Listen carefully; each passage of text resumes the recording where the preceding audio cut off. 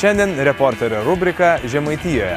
Keliausime aplink Platelių ežerą ir grožėsimės šių vietų gamta. Savaitgaliais Platelių ežero apylinkės tampa tikru dviratininkų rojumi. Čia žmonės traukia šeimomis, didesnėmis kompanijomis, atsiveža savo dviračius arba nuomojasi juos atvykę į pačius Platelius. Nieko nuostabaus, kad dviračių mėgėjus traukia šis kraštas. Platelių ežerą juosia 26 km puikios kokybės nesudėtingas dviračių takas, suteikiantis galimybę ne tik aktyviai praleisti visą dieną, bet ir aplankyti daugelį gamtinių ir istorinių objektų, Platelių miestelį bei Platelių ežero pusiasalius ir užutekius, įvairiausius draustinius, Beržoro kaimą ir militarizmo ekspoziciją buvusioje raketų bazėje. Keliaujant Platelių ežero dviračių maršrutu, taip pat surasite patogiai įrengtas stovyklavietės ir laužavietės. Tiesa, vasaros savaitgaliais jose dažniausiai būna daugybė žmonių, tad atvyksiantis čia šiokiadienį atras ir daugiau privatumo. Tai galima dviračių važiuoti, apsistoti palapinėje, pavyzdžiui, ir keliauti taip visą savaitgalį aplink ežerą. Žmogus renkasi pagal savo finansinės galimybės, komforto poreikį. Taip ir komfortą, yra ir maitinimo įstaigų, tikrai yra visas paketas paslaugų ir mes dar be paslaugų kitų ir galim pasiūlyti ir išskirtinių produktų.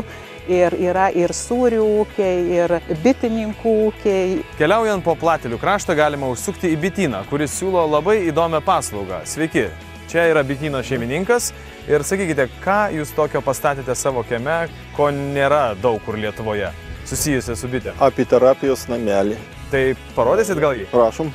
Aš kiek žinau, mes esame vieni pirmųjų atvykę čia pas jūs išbandyti jo. Pirmi lankytojai. Ir ką duoda buvimas tame namelyje? Duoda 3 tokias naudas. Viena tai yra bičių užesys, kuris ramina žmogų. Antra tai būtų kvapai, kurie teigiamai veikia sveikatą. Ir trečia, bičių šeimos sudaroma arba vibracija. Sparnelių. Taip, sparnelių tas užesys. Tai garsas, toks jutimas, lietimas, galima sakyti, netgi orų, vibracija ir kvapas. Taip. Trys tokie dalykai. Ir kaip reikia čia dabar elgtis šitam namelyje? O tai čia nėra kokių skilučių, iš kur gali išlysti tos bitutės? Skilučių yra daug, bet skilutės yra tokios, kad bitutė nepralenda. Aha, kaip čia atsidaro tas čia garsas? Čia viena rankenėlė, pasukus į vieną į kitą pusę pastūmus, tai yra susijungia šitie tarpeliai su laka. Ir atsiveria. O pro laką, kaip žinom, bitės vėdina avilį. Ir tas oras su kvapais pakliūna, būtent per tas skylutes uždengtas pakliūna į šitą patalpą. Ir čia dar atsidaro kažkas. Jo, ir dar yra padaryta, kad atsidaro tiesiai iš avilio, yra čia angos, irgi uždengtų su šitokiu tinkliuku, irgi gali oras pakliūti tiesiai pro čia. Tai žmogus ir kai atsigula, žmogus, galit pabandyti atsigulti. Aha. Apa. Atsigulus jaučiasi užesys ir kažkaip taip įdomiai persiduoda.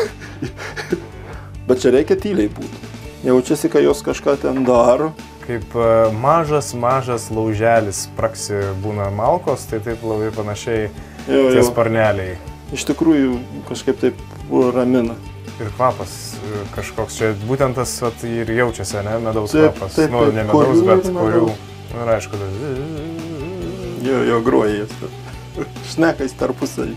Tai garsas, kvapas ir ta vibracija, kaip mokslininkai, kad sako, sutampa su žmogaus ląstelių vibracija ir suvienodina visas ląstelės, kad jos vibruoja taip, kaip kad turėtų vibruoti, jei kokį ir išsiderinus pasitaisiu. Tai žmogus čia atvažiuoja ir gali tiesiog užeiti ir valandėlę praleisti atsipalaidavimui. Gali ir ne valandėlę ir daugiau. Po meditacijos bičių namelyje galime išbandyti dar vieną saldžią pramogą. Medaus degustacija su šiokiu tokiu spėlionės prieskoniu. O jūs, ar pagal medaus skonį atspėtumėte, kada ir iš kokių vietų bitės sunešė nektarą? Čia yra pats pirmasis. Šių metų pats pirmasis medus, jis yra gegužės pabaigo. Matot, vaikiną spalvą, greičiai geltoną. Ir aromatas. Ai, kaip skaniai greitai. Ragaukite. Va, čia jums bus proga išragauti visus, ką turim. Pagal laikotarpius? Įvairiai čia bus.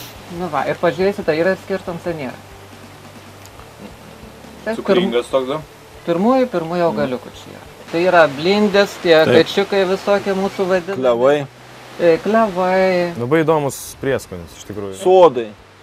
Sodai jo irgi biški bus, bet jau ne tiek daug. Tai va, toliau, ko mes turėjom? Toliau mes turėjom jau birželio pradžios.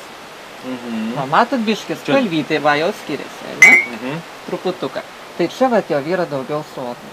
O dabar matot, va, spalvytai iš vis kitokie yra, ne? Šitas yra labai šviežias, ons prieš kelias dienas tik yra išsuktas. Tai va irgi, tie patys panašus augaliukai, bet matot, koks skirtums, kai jis yra šviežias. Tampa po truputį tuo, tokiu. Jo, jis paskui va paliks tokią spalvytę jo bus. Tai čia šviežias. Ir skystesnis. Jo, ir skystesnis, ir šviežesnis. Dabar va parodysiu tokio medaus, kuris, kaip Doneckas sakė, tai yra didžiausias deficits skirtais laikais tarybinės funkcijos. Tai va.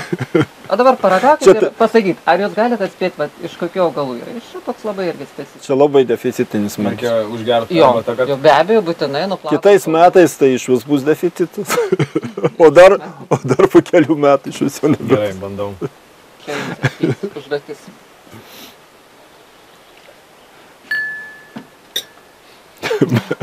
Mes irgi. Nu ir kaip jūs manote, iš ko čia yra?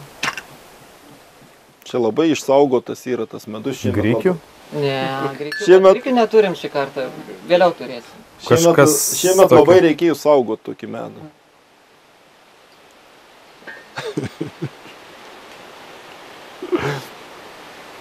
Nu, pasakyti, ar dar bandysit atspėti? Pasakykit.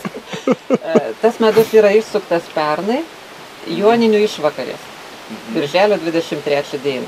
Ir ons yra aviečių. Geras. Kitoj pusėje, pažiūrėkit, kitoj pusėje indėlį. Bet čia tik tai užrašyta tik tai data. Tai neparašyta. Taip. Toliau mums nieko nereik, mes jau toliau viską patys žinom. O kodėl deficitinis? Nebūčiau aš atspėjęs, turim. O deficitinis dėl to, kad šiemet visi bitininkai išsipardavinėjo medų.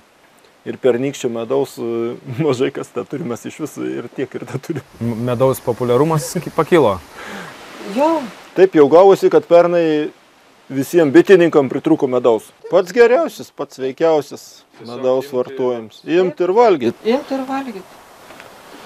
Mes dar kai sukam medų, mes nuimam va tuos dangtelius, va, vadinam dangteliai, kurie virš medaus.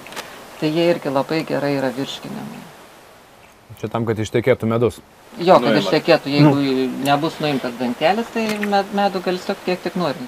Kaip įdomu, kai kandė atrodo toks orinis ir po to sumažėjo.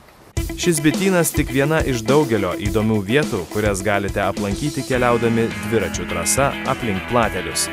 Ir tam tikrai prireiks daugiau nei vienos dienos ar net viso savaitgalio. Netikite?